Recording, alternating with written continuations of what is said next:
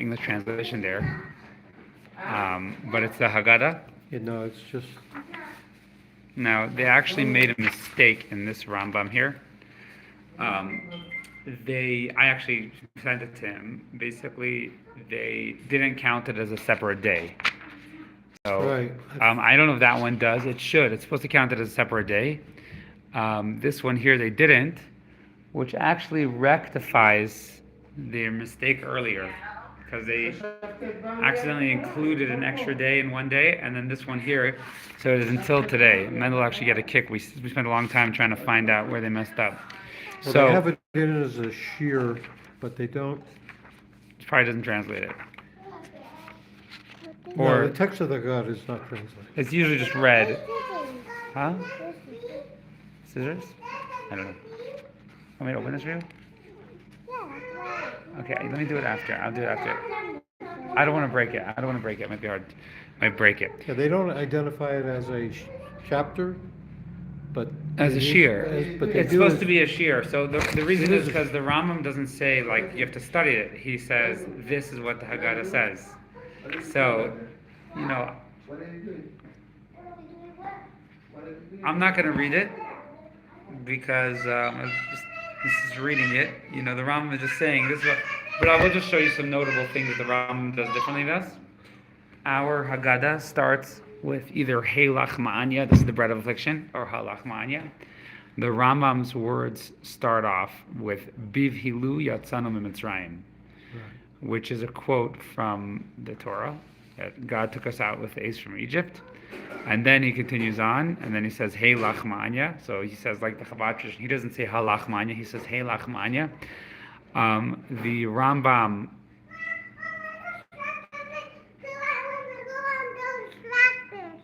Oh, yeah? They're gonna be scary. No, they're not. They're not scary. Another thing is Manishtana, which is interesting to note. So Manishtana, in a lot of Haggadahs, the first one is, on all other nights we eat chametz or matzah. Here the Rambam's actually first one is like the Kabbalistic tradition. On all other nights, we dip. We don't dip even once, and tonight we dip twice. So actually the Rambam starts, that's a tradition. So most Haggadahs, most Ashkenazi Haggadahs, they start off with a mitzvah. The biggest mitzvah on Pesach is you can't eat chametz, and you have to eat matzah. But on the Rambam actually starts off with the tradition, and the Rebbe always noted that because the traditions are the glue that keeps Judaism together. The most important parts of Judaism is to know that a tradition is as important as the law. So that's actually also notable in the Rambam. There's a number of notable things. I mean, otherwise he's generally a basic Haggadah. Some have Haggadahs that doesn't mention Moses once. It doesn't mention Moses at all. Right. The Rambam does mention it, and most Haggadahs do mention it. A lot of times I've heard many times people give a speech and say, why doesn't the Haggadah mention Moses? But they're usually incorrect. Most Haggadahs, 9 out of 10, do mention Moses. Mentions him once. Good morning. And then that's basically it. I mean, he doesn't put in Dayenu. He doesn't put in Dayenu. It all has to do with, he does have pretty much all the staple things in the Haggadah. He doesn't have Dayenu. He doesn't have a couple other things. There are slightly different versions of the Haggadah, which are all 9 out of 10 are the same nowadays. Pre-Rambam era, there were many versions of the Haggadah, just because the Mishnah doesn't specify the Haggadah. The Mishnah specifies everything you need to do in the Seder. So if you were a Torah scholar back then, you just know what you got to do that night. Only later did people start coming out with Haggadahs, and so because people were unaware of what they needed to do, they didn't study the Mishnah, and they didn't study the Talmud, so they're unaware of what they needed to do. So only then Haggadahs came. There's several versions, but the Rambam has a very standard version like we have. And that is the end. So tomorrow starts the laws of Shofar.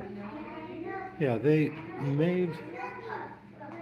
no chapter, and It's not a chapter. It's not meant to be a chapter. It's meant to be a shir. Mendel, I want to show you something. Today's Chametz Matzah is the Nusach Haggadah, so there's no shear in here, remember? Oh yeah. Ugh. You remember? Remember they didn't put a shear in here, but now it corrects it. What? Remember English from one? all the way from the from the end, So what happened? all the way from the Siddur. Remember with the Siddur, they included the Siddur, the davening in a chapter, and then they fixed it. Chametz Matzah. Remember, it went off from. No, they didn't fix it. They fixed it They from. accidentally. They accidentally fixed it. Correct. They made two. So you They accidentally made one went a little over? Well, no, they made one mistake, and then they made a second mistake, and That the second fixed it. mistake rectified the first mistake. Sort of. I mean, it didn't really rectify it. Should be a red knife over there. Where's the red knife? Okay, it's in the sukkah. Okay, let's learn some Gemara, and then there's some visitors coming, and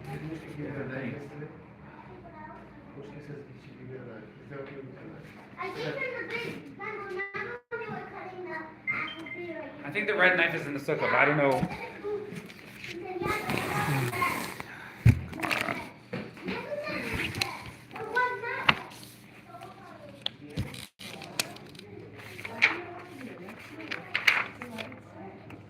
Okay.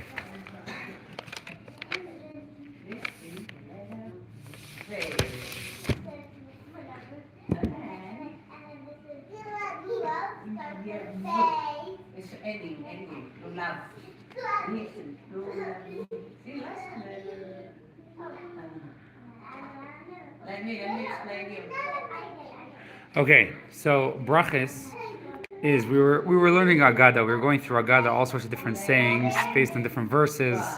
On a simple level, it's hard to see the connection of different things here. There are commentators who go and explain what's the connection of each thing. Okay, so we're holding on page 49, and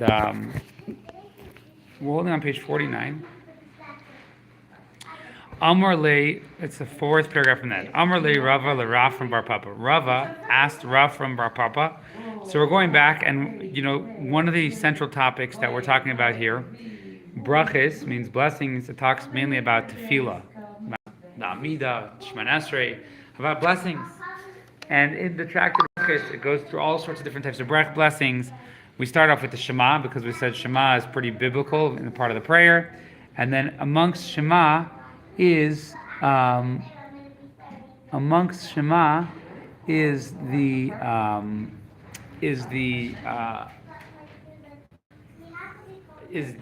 blessings of the Shema, which are very, very strict actually, like the talking. We'll learn later on in the Code of Jewish Law when you're allowed to talk during prayer, when you're not allowed to talk. So anyways, Amar le Rava le Rav from Bar Papa. Rava said to Rav from Bar Papa, Lema lan mar mehani mili mal yasa da amros mishmei Rav Chizda v'mili devei knishta. Tell us something that you heard from the teacher Rav Chizda with regarding to synagogues. So a lot of the laws of synagogues are in brachos because it's related to prayer, of how to build it and how it needs to look and how to act in it properly, and as well as there are other tractates that bring it up, but this is one of them. Amar le Hachi Amar Rav Chizda. Here's something that Rav Chizda said. It says in the Tehillim, Oiv Hashem Sharei Tzion Mikol Mishkanes Yaakov. The Lord loves the gates of Zion more than all the dwellings of Jacob. Oyev Hashem Shiyarim Ham Tzion Balacha Yoser Mibati Kinesias Vati Midrash. So what does it mean? God loves the gates of Zion more than all other places Jacob are living. So what does that mean? So Rav Chizda said, God loves the gates distinguished through the study of halacha, as those are the gates of Zion, the outstanding gates, more than the synagogues and study halls. Although those places are most outstanding of the dwellings of Jacob, they are not engaged in the study of halacha. So God loves the gates which are the she'arim ha'yitziyanim. These are the gates which are distinguished because they study halacha more than other synagogues. So he's stressing the importance of Jewish law, how it's so important. Behind that,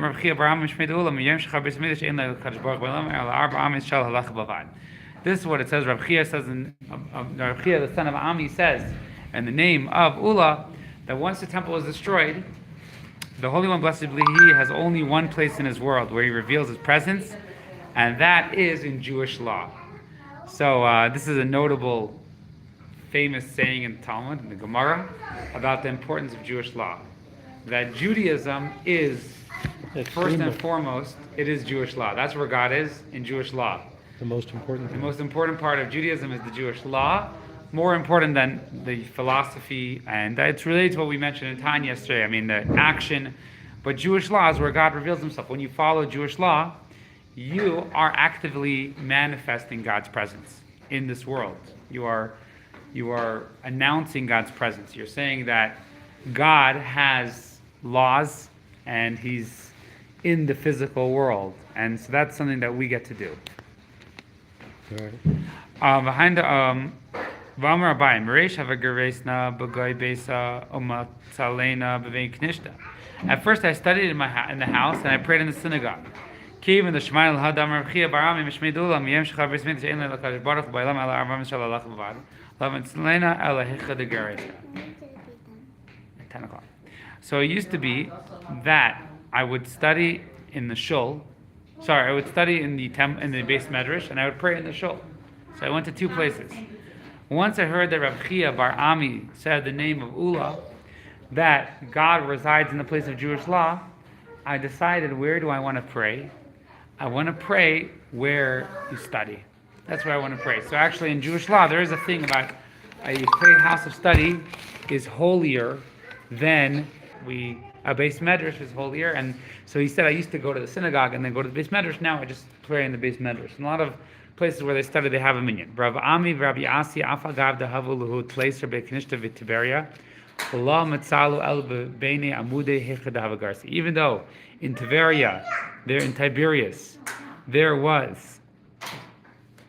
13 synagogues, they would only pray between the pillars where they studied. So this is a concept of actually a study hall is holier than a study hall is holier than a synagogue. So they would say, hey, we only want to pray in the study hall. So now, changing the subject, this is literally because we're talking about certain names of Ami and the name of Ula, Rav Chia Bar Ami, and the name of Ula. So now we're going to say some more statements from him. Gadol Hanan Megir Yais Mir Shemayim. It is greater, one who benefits from his hard labor is greater than God-fearing person. In other words, one who's so enthralled by the fear of God that he sits idly by and does not work.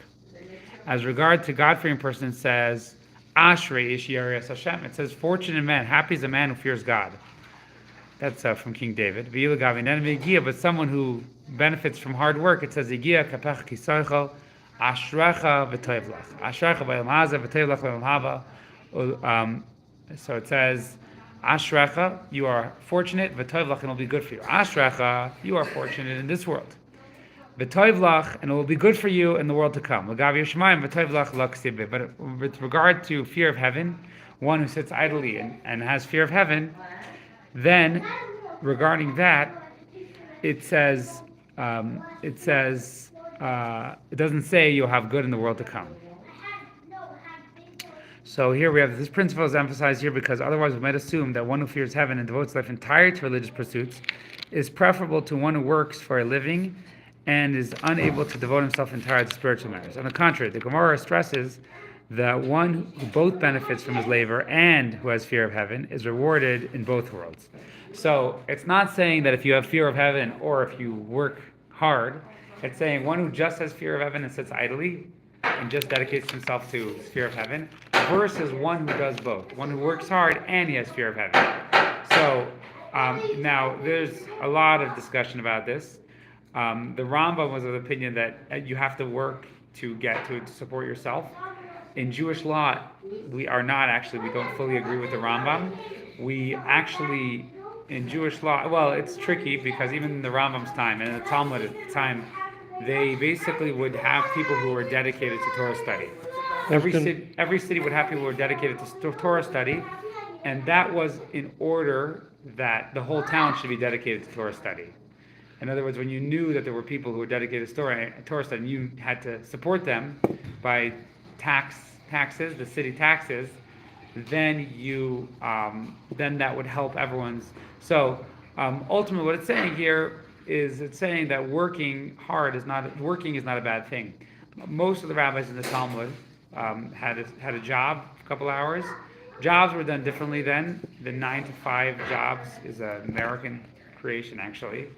It used to be people would work a couple hours a day and study Torah, or they would work a couple months a year and study Torah. But anyways, yeah, that's what it's saying here. Yeah, it does seem though that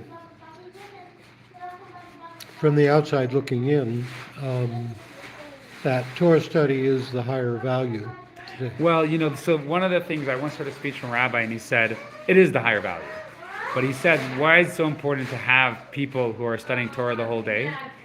He said because when people come home from work and they're tired, They won't do it.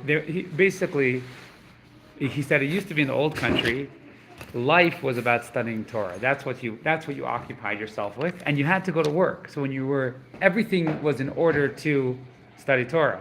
People would actually get jobs that they disliked. They didn't want a job that they liked. They wanted a job that they would go and. So he said when you have Torah scholars. Well, so he said what came about is when you have Torah scholars who are studying, then people know what's the default. The default is Torah study. In other words, we're all making money to help support them. Right. And that way your kids know.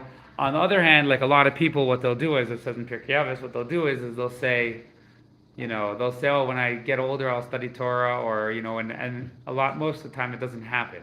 It's a means ends kind of thing. Yeah, so he said, that is what's somewhat lost in the world, is that people, their occupation is work. And then when they're not working, they're just tired. But it used to be, life was studying Torah and being Jewish, and one of the means to support it. So life was fear of heaven. Fear of heaven is the core of everything, and you have to support that. So you're supporting that with. So that's something that I think changed significantly in America. But that was part of the purpose in the Jewish traditions of supporting people studying Torah, was to teach them that that's supposed to be the center of your life, and your occupation is supposed to be an external level. But we could say that work enables the study of Correct. Torah. So that's the way it's supposed to be. So that's what it's saying here. It's not saying, hey, if you have a choice between working hard and being God-fearing, you should work hard. On the contrary, you should probably be God-fearing if that's the choice. But if you need to work, know that working is part of being God-fearing. So that's what it's saying here. Okay. Yeah, V'amar Rav Chia. Okay, V'amar Rav Chia. Bar Ami Mishmeit Uloyel Miyad Raz Makam Rabbi Shechol Zman Shishimi Beger Kaim Lenas Shlem as Bas Pari. Rav Chia Bar Ami says one should always, in the name of Ula, one should always live in the place where his teacher lives, and thereby he will avoid sin. For as long as Shimon ben Gera, who according to the tradition was a great Torah scholar and the teacher of King Solomon, was alive, Solomon did not marry Pharaoh's daughter. Immediately after the Bible relates the death of Shimei, Solomon's marriage to Pharaoh's daughter is recorded. So this is basically so King Solomon married a lot of people who converted to Judaism, but in that time the Bezdin didn't really accept converts because the Jewish people were in such a prime place. People were not convert sincerely. So King Solomon, in those days you could have a private Bezdin convert people, but the big Bezdin didn't make official converts. So King Solomon did convert a number of people, and it didn't work out too well for him. So when did he do that? Now, why didn't it work out too well? Because the converts didn't have to sacrifice so much. Many of the converts had a very difficult time letting go of idolatry. So it says in the Talmud, it says that King Solomon kind of went after idolatry, although the Talmud says he didn't actually go after idolatry. Just it says that he considered it. It considered him because he had all these idolatry wives who were around. That's so interesting when he is considered to be the wisest. Well, yeah. So it crossed. The Talmud says it crossed his mind. It says it's not as he didn't sin, but for him, someone like him, it's considered a sin. And that's why that was kind of his punishment for marrying so many wives. So anyways, we see that when you live near your teacher, that holds you in check. Well, yeah, But that seems to be the point here. yeah, It was after his teacher correct, died that he correct. married Pharaoh's daughter. Vahatanya. So she was Jewish. She was a convert, but a lot of the people who converted, it was hard for them to let go of many of their inborn traditions. So she left Egypt to Yeah, live. yeah. So King Solomon, as we mentioned in that mimer, he basically made peace with everybody, and he married many princesses. And in the Talmud, it says his purpose of marrying many princesses was actually to help maintain peace in the world, because he was married into every government. Ultimately, he married too many women, and it caused him a little bit of trouble. Again, the Talmud is quite clear that he didn't actually end up breaking any halacha. It's kind of like King David when we give that class. Like King David didn't break any halacha. He didn't sin. He didn't break the law, but he did things which were not proper for a king to do or proper for someone to do. Okay. About Tanya, doesn't it say in a brisa elsewhere, Al Yadar, you should not live next to you? Is she here? No. Al Yadar, you should not live where your teacher lives? La kasha. Had chayefle, had lay chayefle. It's not a question. Where it says you should live is referring to a case where he's acquiescent to his teacher and will need his teachings and instructions. While the places don't live where your teacher lives, that's a place where that's referring to a case where he's not acquiescent to him, and this will lead them to quarrel. Amar Rav Huna Bar Yehuda, Amar Rabbi Menachem, Amar Rabbi Ami, Ma'idach Va'oz Ve'Hashem Yichlu, Zeh Amaniach Sefer Torah V'Yetze. Okay, so this is another topic of synagogue. It's very interesting. What does it mean in the verse? They who forsake God will perish. This is what Rabbi Yehuda said. Rav Huna Bar Yehuda said that Rabbi Menachem said, that Rabbi Ami said. So you got four people over there. What is the verse saying? What does it mean? Those who forsake God will perish. This refers to somebody who walks out while the Torah is being read. So if you leave during the Torah reading, that's considered really, really bad. Rav Abo nafik bein gavra legavra. Rav Abo would go out between one person who read the Torah and the next person who did so. Since the scroll was closed between readers, it wasn't considered to be a show of contempt. So if you leave in the middle between readings, he said it was okay. When the Torah scroll closes in the middle, in between aliyahs, you can go out. So even though you're not supposed to leave while the Torah is being read, but he says, Rav Abo says that's only while the Torah is actually being read. But in between aliyahs, you can go out. My bein pasuk lepasuk, what psuka lepsuka mahu? What about between verses? So, in the olden days, in times of the Talmud, they would translate each verse. People didn't have chumashim, so one guy would read the Torah, and one guy would stand facing the crowd and translate each verse with the Targum Onkelos. So, what about bein psuka lipsuka? What about in between verses? Tekus, the Gemara says this is unresolved. It's not clear if you can leave in between verses while they're reading the Targum. So practically speaking, nowadays, we don't have the Targum, we don't have the translation, we have just during the Torah reading. So you should wait between aliyahs. Rav Sheshis mahadar apei v'garis. Rav Sheshis would turn his face away from the Torah while it was being read and studied. Explaining his practice, he said, Anan b'didan v'inu b'didu. We are engaged in ours, the study of oral Torah, and they are engaged in theirs, listening to Torah. Since Rav Sheshis was engaged in Torah study, he is not considered one who forsakes the Lord. So during the Torah reading, I imagine probably he already heard the Torah reading of that day. As you know, in big shows, it's common that they might have multiple minyanim. So he probably during that he